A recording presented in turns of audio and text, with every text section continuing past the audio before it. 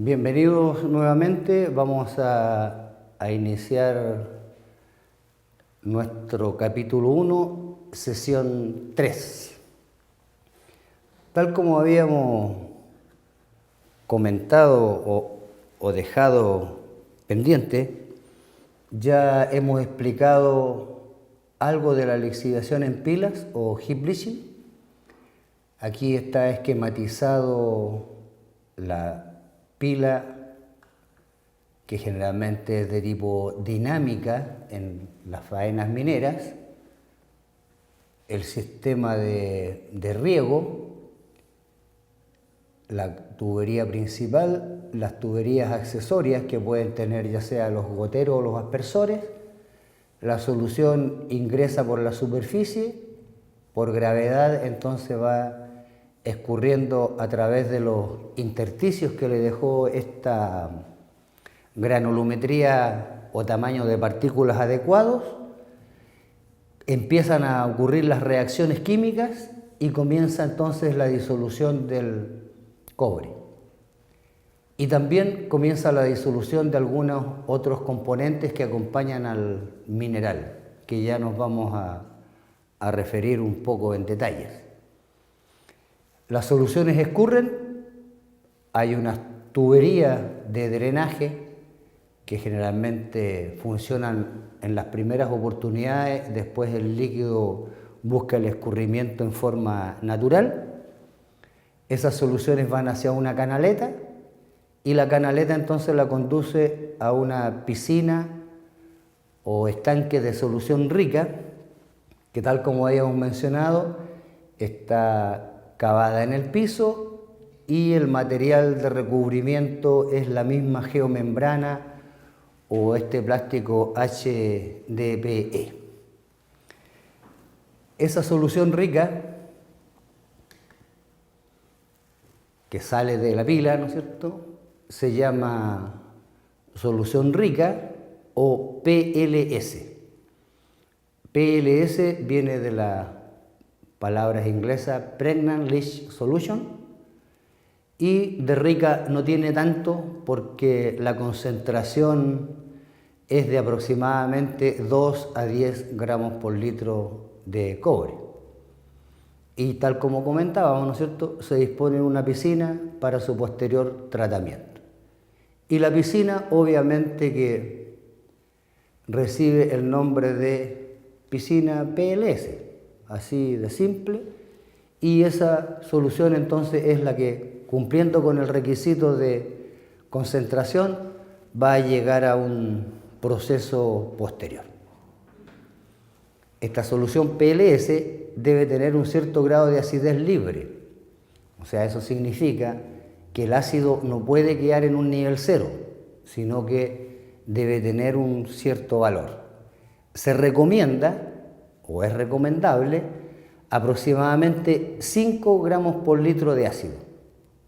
En general, las faenas mineras, por un asunto de, entre comillas, consumo de ácido, minimizan entonces esa concentración y andan en el orden de 1 a 2 gramos por litro.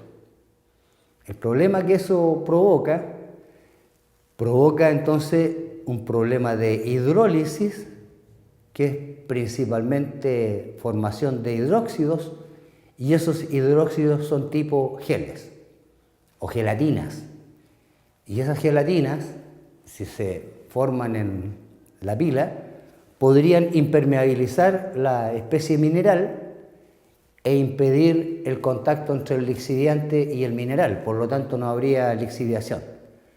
Por otro lado, ¿no es cierto?, si esos geles o gelatinas son arrastradas por la solución, pueden llegar entonces incluso a afectar la etapa posterior de extracción por solventes. Y ahí más o menos se visualiza, ¿no es cierto?, la parte superior de una pila, una planta relativamente pequeña, la tubería principal de riego, las tuberías secundarias o auxiliares en donde aquí no se ven aspersores, por lo tanto el riego es por goteo, la solución escurre y cae entonces a esta piscina, que como podemos ver, ese es el plástico este que yo decía, o geomembrana de HDPE. Y las soluciones entonces van escurriendo a ese estanque, ¿no es cierto?, para formar un compósito. ¿Por qué un compósito? Las pilas que tienen mineral más fresco entregan obviamente que soluciones más concentradas en cobre. A medida que el mineral se va agotando en el transcurso de la lixiviación, las soluciones son más empobrecidas en cobre. Por lo tanto, hay un momento en que las soluciones ya dejan de tener el requisito adecuado como para formar un compósito, y ese compósito entonces es el que tiene la concentración que nos referíamos anteriormente, entre 2 a 10 gramos por litro de cobre. Actualmente, como hay soluciones que el mineral aún no se ha agotado, pero hay soluciones que no cumplen con el requisito, o sea, tienen concentraciones mucho menores, se construye también otro estanque auxiliar para recibir esas soluciones que se llama ILS, Intermediate Leach Solution. Esas soluciones que tienen cobre, que todavía no alcanzan la concentración que necesita la planta, esas soluciones vuelven entonces a un riego en las pilas para obtener entonces la solución, esta PLS que comentábamos. Entonces, bueno, hemos estado hablando de soluciones, hemos estado hablando de concentraciones y hemos estado hablando muy someramente de el problema que podría ocurrir con el pH. Entonces, como estamos hablando de soluciones, vamos a explicar primero un concepto de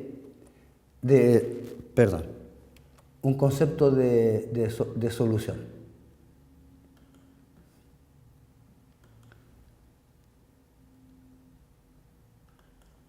Cuando nosotros hablamos de una solución,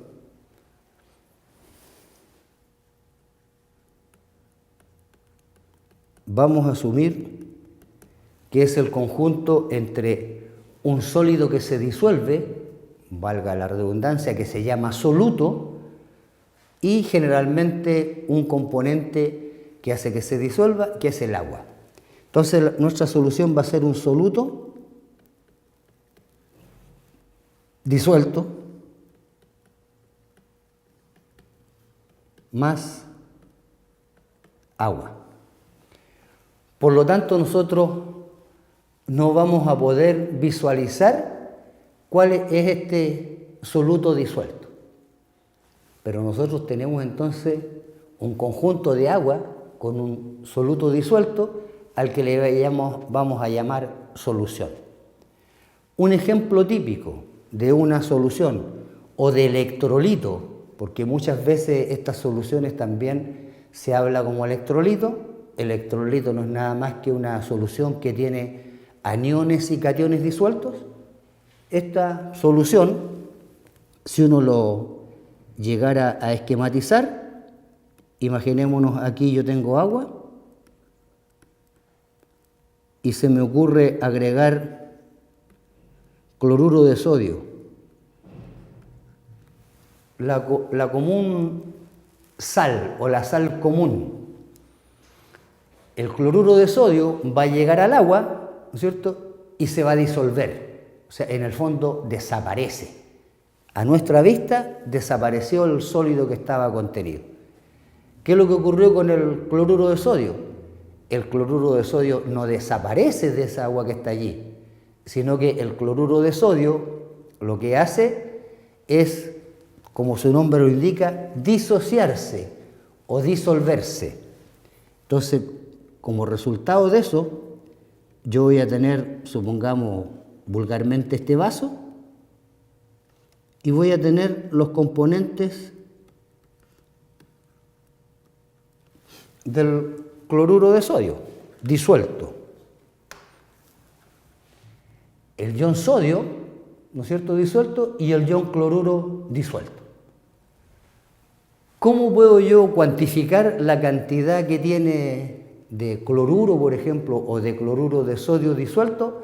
Sencillamente refiriéndome o diciendo de la concentración. Y en general, una medida, ¿no es cierto?, entre muchas otras, pero la más común es hablar de concentraciones en gramos por litro, principalmente en el caso de la lixiviación. Gramos de un componente que está disuelto respecto a un litro de esta solución. Como el cloruro de sodio es incoloro, nosotros sencillamente no nos vamos a dar cuenta y visualmente no podríamos distinguir un vaso de agua o un recipiente con agua a un recipiente que tenga cloruro de sodio. En el caso del cobre, ¿cierto? En el caso del cobre, nosotros lo que tenemos es, supongamos, tengo mi solución que dijimos que por las reacciones químicas, ¿no es cierto?, se iba a formar un sulfato de cobre que iba a ser soluble o que iba a estar en una solución. ¿Qué es lo que voy a tener yo? Voy a tener el ion cobre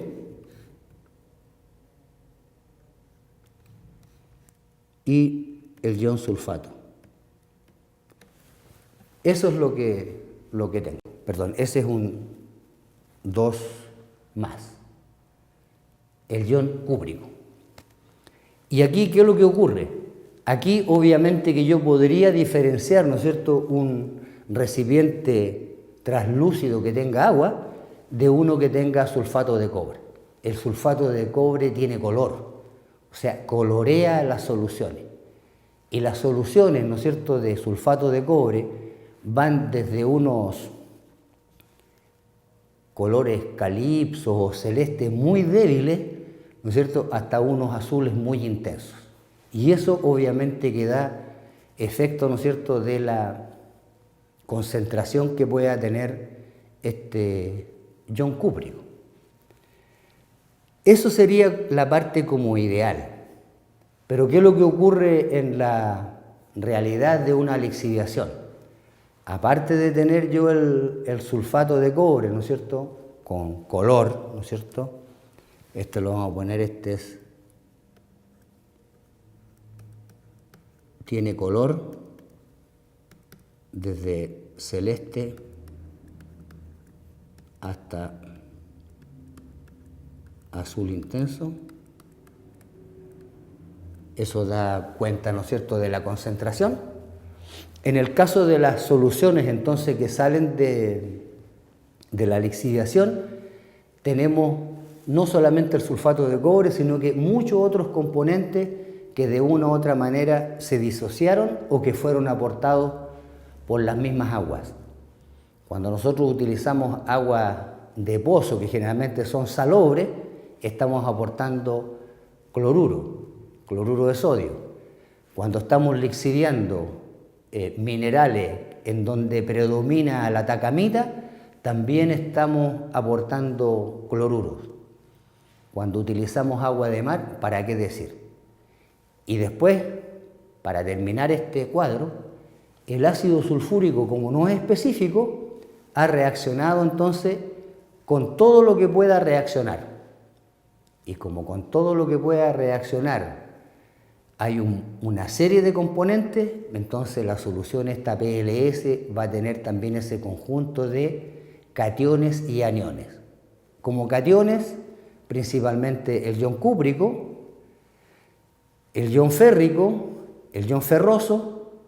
El férrico y el ferroso provienen generalmente de la asociación de minerales de cobre con los de hierro. En el caso del cobre, ¿no es cierto?, siempre o la mayoría de las veces ese mineral va asociado a especies minerales de hierro, ya sea tanto en la parte oxidada como en la parte sulfurada. No así los minerales de hierro. Los minerales de hierro no tienen cobre, los minerales de cobre sí tienen hierro. Bueno, en este caso entonces se produce esa disolución.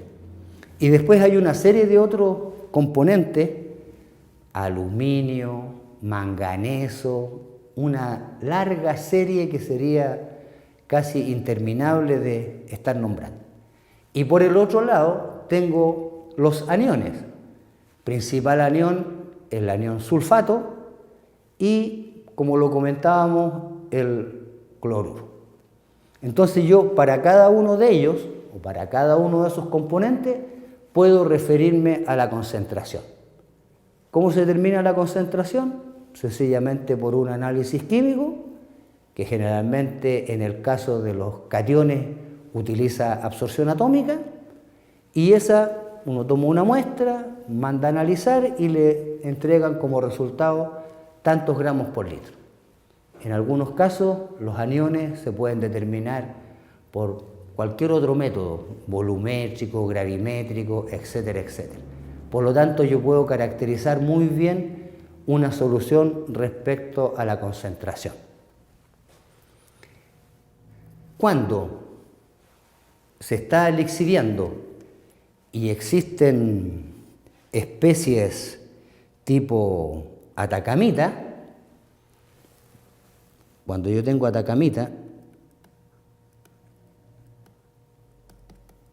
si ustedes se acuerdan, nosotros dijimos que era un hidroxicloruro de cobre. La atacamita, ¿no es cierto?, tiene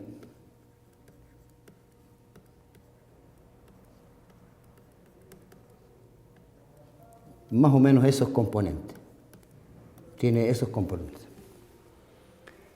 Este componente va a producir generalmente ese compuesto, y este otro que está acá va a producir ese otro compuesto que está acá cuando reaccione con el ácido sulfúrico.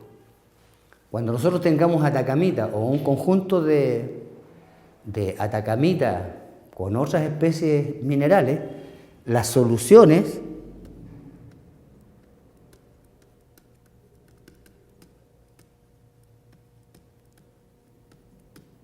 son verdes. No son azules ni celestes como nosotros comentábamos, sino que son verdes. Y en muchas operaciones lo primero que se disuelve es la atacamita y por lo tanto las primeras soluciones salen de color verde y posteriormente, como comienzan a reaccionar las otras especies oxidadas, comienzan a salir azules. Es un fenómeno que uno cuando está en la faena o ha visitado algunas plantas, ¿no es cierto?, lo ve, pero no tiene ninguna gravedad, sino que lo único es curioso de asumir que primero están las soluciones verdes que llevan cobre en solución, pero también están las azules que también llevan este cobre en solución. En resumen, nosotros tenemos entonces un conjunto de aniones y cationes en este llamado famoso PLS. Vamos a poner, primero tenemos el ion cúprico, tenemos el ion ferroso, el férrico como cationes. Vamos a poner alguno más, nomás el aluminio, porque si no podríamos seguir ad eternum. Y en el caso de los aniones, los que tienen carga negativa, ¿no es cierto?, principalmente vamos a tener el sulfato y el cloruro, a pesar de que también hay otros que podrían estar. Ese es mi conjunto de elementos que yo tengo como una solución PLS que tiene color, tiene una cierta coloración. Y en general, dependiendo de la concentración que tenga en cobre, es la coloración que tiene. Aquí, o al menos en algunas faenas mineras, nosotros decimos este PLS o solución rica, ¿no es cierto?, que tiene entre 2 a 10 gramos por litro de cobre, en algunos casos la concentración de cloruro es mucho mayor. La concentración de cloruro a veces es de 30 o 35 gramos por litro y el cobre a lo mejor es de 4 o 5. Y siempre seguimos hablando de una solución PLS, cuando en rigor nosotros deberíamos decir que es una salmuera contaminada con cobre. Pero es la costumbre, ¿cierto? Entonces no nos extrañemos, como en el caso de Spence, ¿no es cierto? Sus especies oxidadas son principalmente atacamita y sus niveles de cloruro son bastante considerables. Lo mismo que ocurre con lo poco y nada que queda en mantos blancos. Pero la técnica actual de las etapas posteriores, ¿no es cierto?, permite tratar sin mayores inconvenientes este tipo de soluciones y poder hacer entonces que el negocio sea atractivo y rentable. En resumen, entonces, la aplicación de las técnicas de lixiviación a las especies oxidadas de cobre, ¿cierto?, nos hace a nosotros tener que tener presente las características de las soluciones. Nosotros en el proceso hidrometalúrgico siempre vamos a estar trabajando con soluciones, y las soluciones significa un sólido o soluto, entre comillas, que se puede disociar principalmente en el agua. ¿Qué ocurre en el caso del oro? Si yo estuviera lixiviando oro, ocurre lo mismo. Ya comentamos, ¿no es cierto?, las condiciones obviamente que tienen que ser distintas operacionalmente en cuanto a la parte química, pero el oro también va a pasar a la solución. La plata también va a pasar a la solución. O sea, yo voy a tener en ese caso un PLS en donde mi especie de valor, ¿no es cierto?, va a ser el complejo o este oro en solución, ¿cierto?, cianurado. Lo mismo ocurre con la plata. ¿Cuáles son las diferencias? El nivel de concentraciones. En algunas soluciones de cobre, por ejemplo, estamos hablando, imaginémonos, de 5 gramos por litro de cobre. En el caso de las soluciones de oro, a veces con suerte 1 gramo por litro, generalmente menores. ¿Por qué? Por el contenido de especie útil que tiene el mineral. Nosotros dijimos que en el caso del cobre estamos hablando del orden del 0, imaginémonos 0,5%, 0,6% de ley. En cambio, en el caso del oro estamos hablando de gramos por tonelada. O sea, si uno lo mira, partes por millón. Gramos de oro por tonelada. Y cuando decimos 4 o 6 ppm o gramos por tonelada, haciendo una analogía, es mirar en un estadio donde haya 1 millón de personas y nosotros tengamos que encontrar los 6 que tienen, imaginémonos, la cabeza colorina. Esa es más o menos la proporción de los 6 gramos por tonelada. Por lo tanto, la parte del oro, ¿no es cierto?, en esas condiciones también es media compleja en cuanto a su tratamiento. Pero así todo podemos nosotros trabajar sin mayor inconveniente. Las soluciones, entonces, vuelvo a repetir, se caracterizan por tener cationes y aniones en solución, que pueden ser catalogadas como electrolitos. Como se compartimenta, electrolito generalmente se refiere a la parte de electroobtención, y aquí nosotros vamos a tener soluciones PLS y LS, y después vamos a comentar, cuando ya lo veamos, una solución refino. Una solución refino que, si nosotros miramos la figurita, regresa a la etapa de lixiviación. ¿Por qué regresa a la etapa de lixiviación? En la etapa posterior del tratamiento del PLS o de purificación, se genera una solución acuosa que incrementa el contenido de ácido. Como incrementa el contenido de ácido, entonces vuelve de nuevo a la etapa de lixiviación. ¿Se recuerdan que nosotros decíamos que en algunas etapas el ácido sulfúrico se podía regenerar? Bueno, esta es una primera regeneración, entre comillas, del ácido sulfúrico. ¿Qué otro concepto es importante en el desarrollo del curso o cuando uno está en la operación o cuando uno conversa con alguien? Un concepto que también es bastante utilizado, ¿no es cierto?, que es el concepto de pH, que yo parece que algo comenté, ¿no es cierto? Esto en el fondo que es el potencial de hidrógeno. ¿Y a qué se refiere? Se refiere sencillamente a cuando yo tengo un ácido, se supone que el ácido se disocia y genera los H+.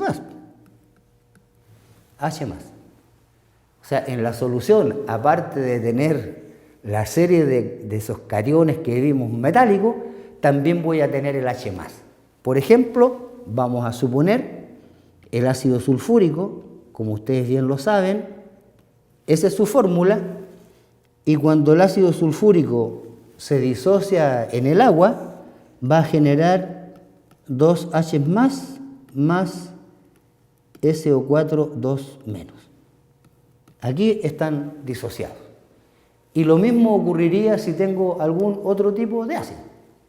El ácido clorhídrico, ácido nítrico, acético, etcétera, etcétera, etcétera. Entonces, en muchas operaciones, ¿no es cierto?, de lixiviación, hay que tener un control estricto sobre el pH. El pH tiene que tener o mantenerse en un determinado rango y eso hace entonces que yo tenga mi nivel de concentración de ácido, ¿no es cierto?, adecuado. Ese es más o menos el asunto. Aparte de eso, esta característica de las soluciones, ¿no es cierto?, de determinarles el pH, que incluso yo les dije que hasta nosotros nos recomiendan para el cabello, para la piel, pH balanceados en champús, en cremas, en bloqueadores o en lo que sea. Hay que acordarse de qué es lo que es el pH y cuál es su escala. pH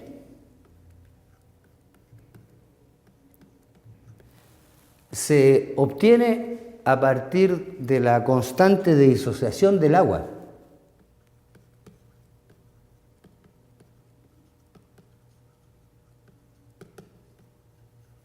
O de ahí apareció el concepto. A alguien se le ocurrió que cuando yo tengo agua en un tiesto, el agua se disocia, bueno, en ese tiempo, ¿no es cierto?, el agua se disociaba en los OH más y OH menos. Y uno es característico del medio ácido y el otro es característico del medio básico o alcalino. Si ustedes recuerdan, ¿no es cierto?, esto principalmente lo voy a escribir así, caracteriza el medio ácido o el ambiente ácido. Y no es que sea un medio de eso, sino que, y el medio alcalino o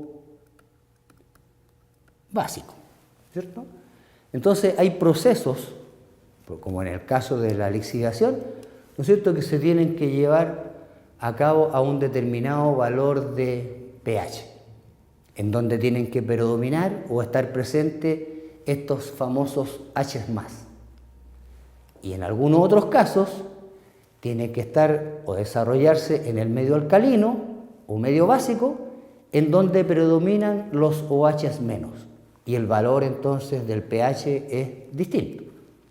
Bueno, pero volviendo a lo mismo, esa constante de disociación del agua, cuando yo tengo agua y puedo cuantificar así entre comillas cuánto se disoció en los OH más y en los OH menos, el caso water que se llama, eso es 10 elevado a menos 14.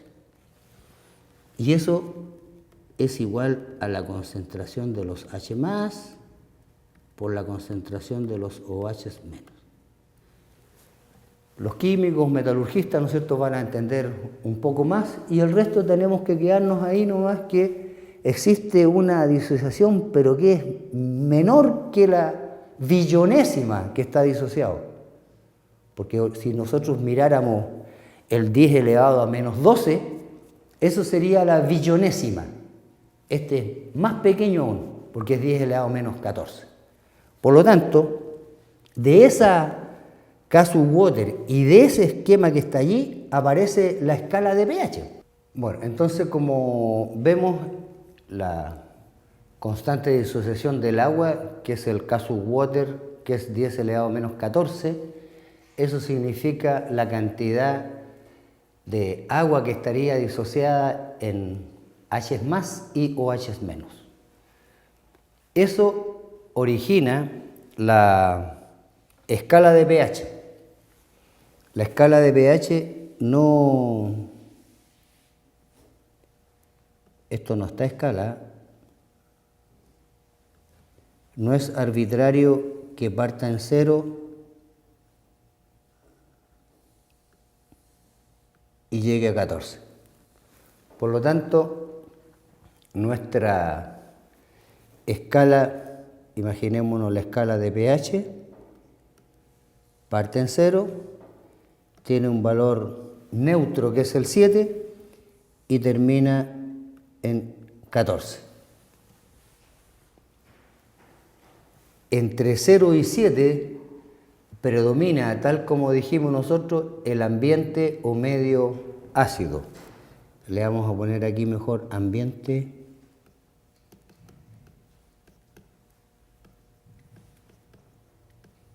ácido. Y entre 7 y 14 predomina el ambiente o medio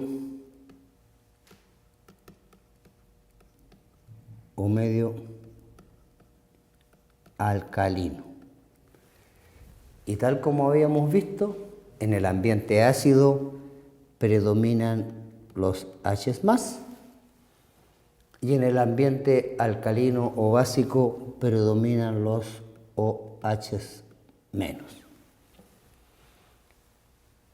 El pH 7, que es un pH neutro, significa que la cantidad de H más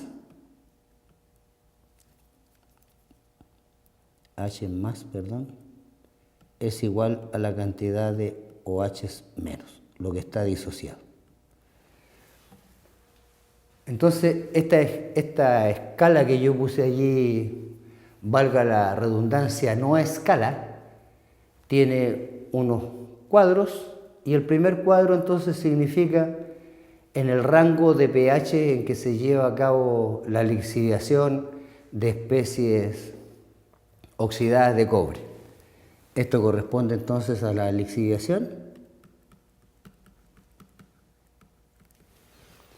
Y aproximadamente ese pH está, vamos a acotarlo entre 1 y 2 aproximadamente. Algunos dicen que hasta 3, pero generalmente es entre 1 y 2. La lixiviación entonces de especies oxidadas de cobre se lleva a cabo en un ambiente ácido cuyo valor de pH está comprendido entre 1 y 2. Por otra parte, que nosotros no lo hemos comentado, pero en el caso de las especies sulfuradas, que ya vamos a ver en su oportunidad, nosotros dijimos que el proceso era una concentración por espuma. Y esa concentración por espuma, que se llama flotación, se lleva a cabo entonces en esta otra ventana. La flotación de minerales sulfurados. Y la flotación generalmente entre el rango de 9 a 11. Esos son los rangos entonces operacionales que uno encuentra en la parte práctica. ¿Qué es lo que hace entonces para tener una lixiviación con esas características de acidez?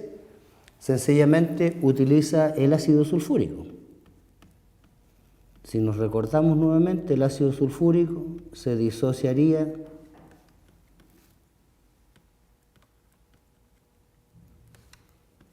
y este entonces es el causante del tener un pH ácido en ese medio, ¿no es cierto?, la disociación del ácido sulfúrico, y por el otro lado, lo que tendríamos nosotros sería la disociación de la llamada cal apagada.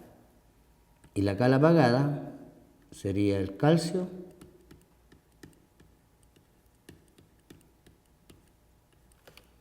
y este entonces sería el aporte de los OH menos para llevar a cabo el proceso de flotación. ¿Por qué se utiliza esta cal apagada o hidróxido de calcio? Principalmente se utiliza por un problema de costos. La cal es mucho más barata, o el hidróxido de calcio es mucho más barato que el hidróxido de sodio. Por lo tanto, es la cal el elemento que se utiliza en flotación, tal como es el ácido sulfúrico el que se utiliza en lixiviación. Ya lo vamos a ver un poco más en detalle, pero en la etapa de flotación, antes de que el mineral entre a esa etapa de concentración, ya se ha condicionado el pH, o sea, la cal se agrega mucho antes para tenerla acondicionada.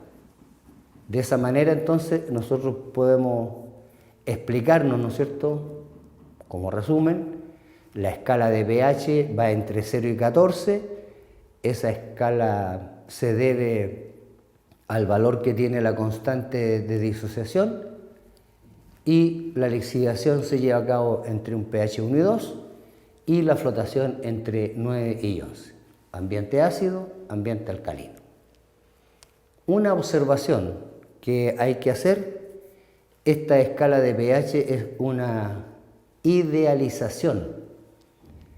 ¿Y qué es lo que ocurre? Que muchas veces cuando uno hace una medición de pH en una solución, por ejemplo PLS, va a entregar un determinado valor, pero nadie me asegura que el valor que a mí me está entregando sea el equivalente de la concentración de ácido libre o del ácido remanente que se llame que esté presente en la solución. Hay algunas reacciones, hidrólisis, una serie de valores que hacen que eso sea, entre comillas, relativo.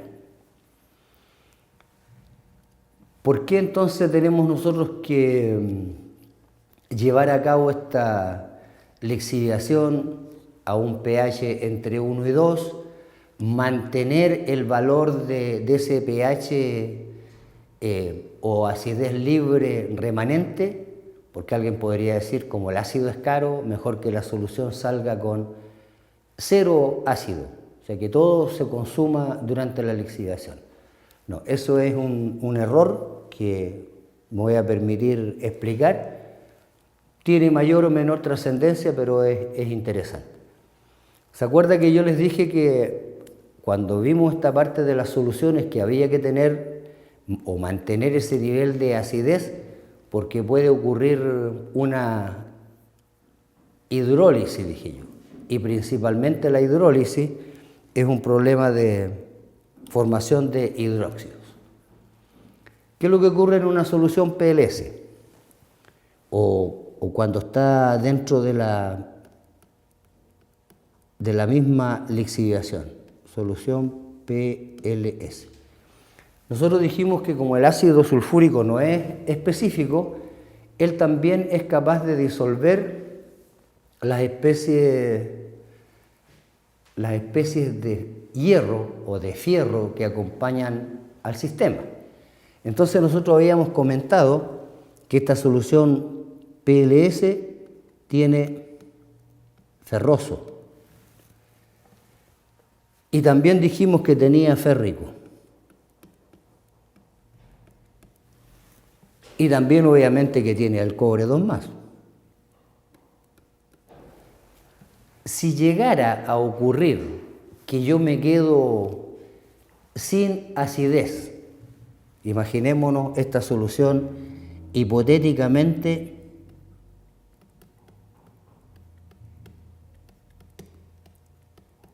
sin H+. Si no tuviera H más, de una u otra manera, eso significa que aparecen o se incrementan los OH menos, ¿no es cierto? No tengo ácido, voy aumentando el valor de pH.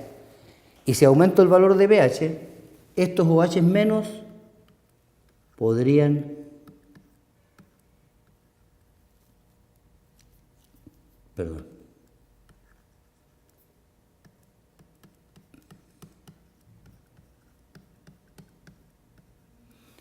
formar entonces un hidróxido ferroso.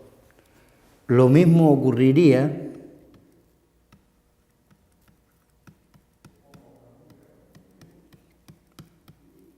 un hidróxido férrico y lo mismo podría ocurrir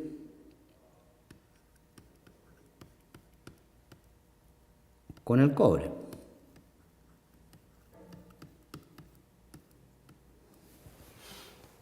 ¿Qué es lo que ocurre cuando se forman estos hidróxidos entonces? Nosotros dijimos estos hidróxidos son tipo geles o gelatinas. Si son geles o gelatinas, ¿no es cierto?, pueden recubrir las especies minerales e impermeabilizar el ataque ácido. Es una goma que tapa la partícula mineral, por lo tanto el ácido no es capaz de poder reaccionar. Y en el caso del cobre, ¿no es cierto?, sería más trágico aún, porque sencillamente el cobre que yo estoy lixiviando o disolviendo a través de la lixiviación, lo estaría de nuevo precipitando, o sea, llevando a un sólido. Y la idea, ¿no es cierto?, es que el cobre esté en la solución. Si uno mirara o supiera de algunos valores o parámetros químicos o físico-químicos, este hidróxido férrico comienza a formarse a partir de pH 2. De pH 2. Aproximadamente a pH 2 o pH igual 2 o superiores. Perdonen la letra, pero eso ocurre entonces o permite o manifiesta, ¿no es cierto?, o exige de que las soluciones tengan necesariamente que mantener un cierto nivel de acidez libre. Entonces nos evitamos este problema que es de tipo químico operacional, propiamente tal, tiene un respaldo teórico que se complementa con la parte realmente práctica. Entonces, en muchas faenas, a veces por descuido, se llega a niveles cero. El problema es que se formaron estos hidróxidos y no basta con que yo adicione ácido y se van a disolver. No, son bastante insolubles. O sea, ellos se formaron y cuesta mucho, por no decir que es casi imposible, que se vuelvan a disociar. O sea, permanecen como tal. Por lo tanto, el control de esta acidez libre o control de la acidez remanente o el control del pH tiene que ser realmente estricto. Esa es más o menos una de las consecuencias, ¿no es cierto?, de los conocimientos que nos podrían dar a nosotros este tipo de aspectos. Entonces, en resumen, de esta parte de la materia, nosotros hemos visto o cómo caracterizamos una solución. La solución, repetimos, es un conjunto de aniones y cationes que provienen de un soluto, ¿no es cierto?, que está contenido en el agua. Esas soluciones son las que van a permitir entonces recuperar o no recuperar las especies de interés, ¿no es cierto?, para el proceso en sí. Por otra parte, como en lixiviación muchas veces se habla de concentración en algunos casos, concentración de cobre, pero también se habla de pH de la solución o el control del pH, hemos aclarado entonces el concepto de pH, asumiendo que es una idealización, es la idealización de cómo se podría disociar el agua. Yo seguí con el esquema antiguo de los H- para no enredar el cuento químico, porque dicen que los H+ no existen, sino que existen el HO3X. Mejor no entremos en detalle, pero en estricto rigor es eso. Y si nosotros de una u otra manera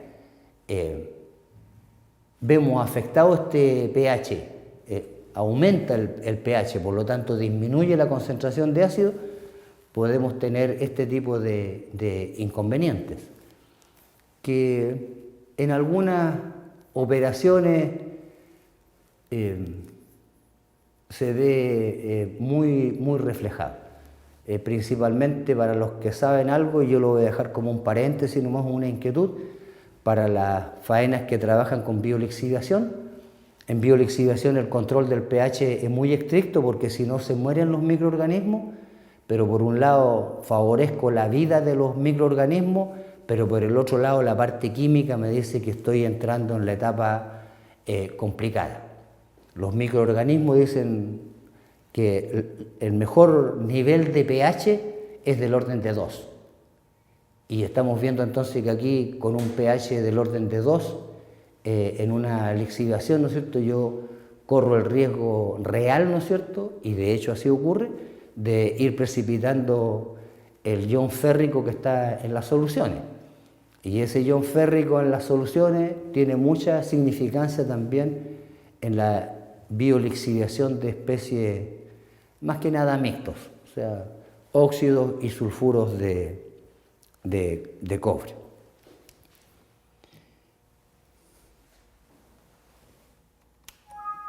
Vamos a continuar entonces después de estos garabatos que yo he realizado. Me van a perdonar el despiste, pero vuelvo a nuestra presentación que teníamos cuando entramos a esto. Entonces, vuelvo a repetir, aquí tenemos nuestra pila que se está lixiviando, el conjunto este de lixiviación o disolución nos está originando soluciones PLS, ¿no es cierto?, que van con las características que ya le hemos indicado y van entonces a estanques de recolector de estas soluciones en los rangos que nosotros habíamos determinado.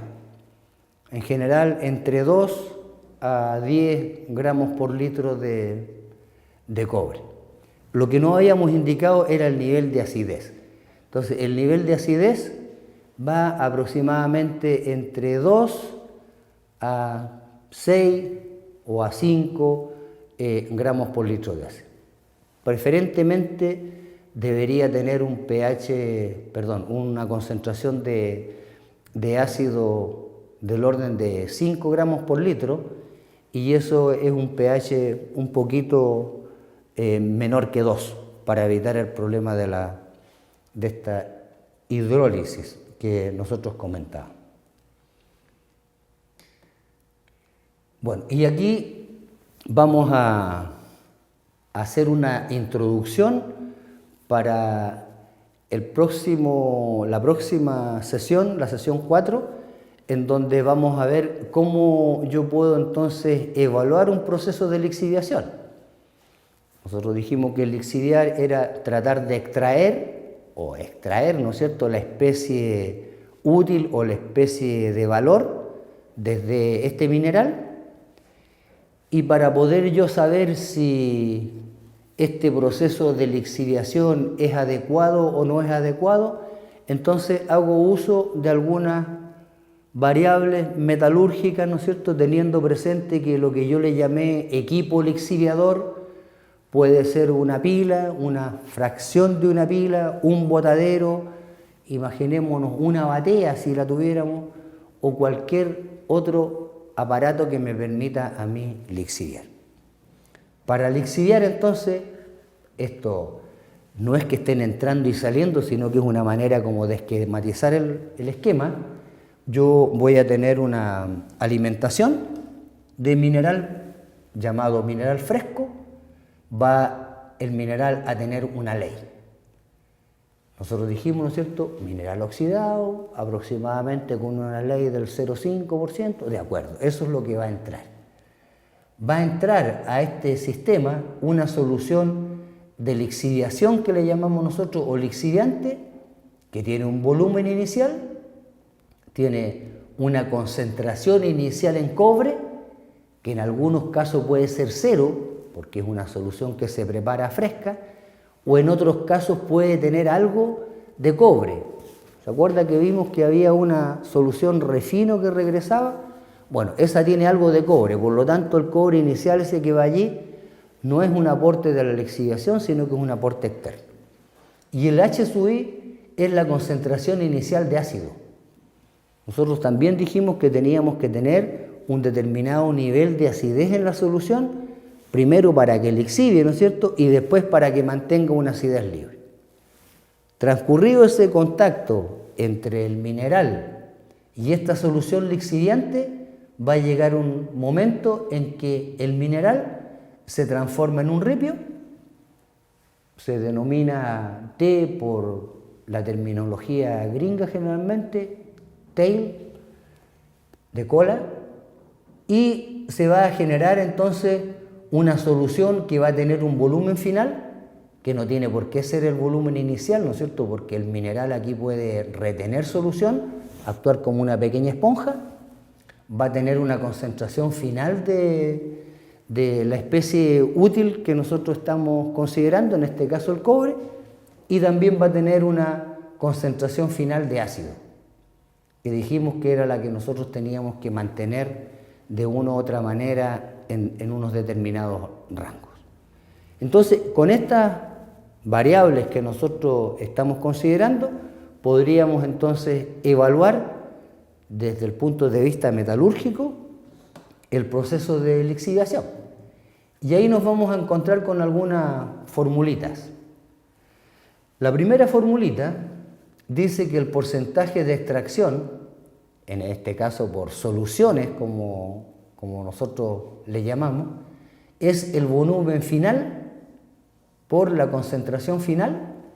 No nos olvidemos que volumen por concentración nos está dando masa, en el fondo eso sería el cobre que sale menos el volumen inicial por la concentración inicial de cobre, el cobre que inicialmente llegó, la diferencia me da el cobre realmente que se ha lixiviado, dividido por el tonelaje de alimentación y por su ley. Y eso multiplicado por 100, entonces nos da el porcentaje de extracción por soluciones. En algunos casos, como se asume que la determinación de cobre en soluciones es un poco más errónea, etcétera, etcétera, se puede realizar lo mismo, determinar el porcentaje de extracción, pero respecto a los sólidos. Entonces, el cobre que va como en la alimentación, que es el cobre que entró a la lixiviación, menos el cobre que salió en los ripios, respecto al cobre que se alimentó por 100, me daría a mí el porcentaje de extracción por sólido. En general, esta reacción se utiliza, o esta relación, perdón, se utiliza al final del proceso, cuando yo recién puedo determinar la ley de los ripios. Por eso que cuando se están descargando los ripios, generalmente se está sacando un muestreo de ellos, de tal manera de determinar la ley de estos ripios, y se asume que generalmente el tonelaje es aproximadamente un 95% del tonelaje de la alimentación. O sea, se pierde como un 5% de peso, más o menos. En cambio, el otro me permite a mí ir haciendo controles que pueden ser diarios, que pueden ser por turno, que pueden ser semanales, dependiendo de la duración que tenga la lixiviación. Y después el otro aspecto que habría que considerar es el consumo de ácido. nosotros dijimos que el ácido es uno de los insumos, entre comillas, no crítico, pero relevante en el caso de una lixiviación, y el consumo de ácido se realiza también a través de un muestreo. Vamos a tener un volumen final, un volumen inicial por una concentración inicial, menos un volumen final por la concentración final. ¿Por qué es inicial menos final? Porque el ácido se va consumiendo. El ácido partió en un determinado valor, se consume, y esa diferencia entonces son los kilos de ácido que fueron consumidos, valga la redundancia, en el proceso de lixiviación. Y eso, dividido por el tonelaje de mineral, me va a dar a mí o a entregar un consumo que está expresado en kilos de ácido por tonelada de mineral, que es una variable también bastante relevante. Ya lo he comentado, ¿no es cierto? En general, los consumos de ácido más moderados son del orden de 20 a 25 kilos de ácido por tonelada de mineral, hasta algunos adecuados del orden de 50 a 60 toneladas de mineral, que son ya dentro de lo casi normal, pero hay excepciones. ¿Se acuerda que yo les comenté lo de Tintaya? Tintaya, desafortunadamente por el contenido de carbonatos, hasta cuando yo cooperé en ese estudio, era del orden de entre 100 a 110 kilos por tonelada de mineral. Probablemente ha disminuido, probablemente se ha mantenido, no he tenido mayor contacto con la gente de Tintaya. Y por otro lado, yo podría también referirme a los kilogramos de cobre. La misma relación del ácido que entra menos el que sale es el que se consumió, y dividirlo por el tonelaje de mineral, por la ley y por el porcentaje de extracción que yo obtengo en ese proceso. Y eso a mí me estaría dando los kilogramos de ácido por los kilogramos de cobre. Tantos kilos de ácido consumido por tantos kilos de cobre lixiviado o entre comillas producido. Yo lo mencioné también y lo vamos a retomar. Dijimos que el consumo teórico de kilos de ácido por kilo de cobre era 1,5 aproximadamente. ¿Y por qué 1,5? Porque se ve la relación entre los pesos atómicos o moleculares del ácido, asumiendo que es el ácido sulfúrico, respecto al cobre propiamente tal. Los consumos reales, obviamente, que son mucho más allá de 1,5. Yo dije que aproximadamente entre 4 a 5 es dentro de lo normal, aunque hay algunos que se van escapando de ese rango. Entonces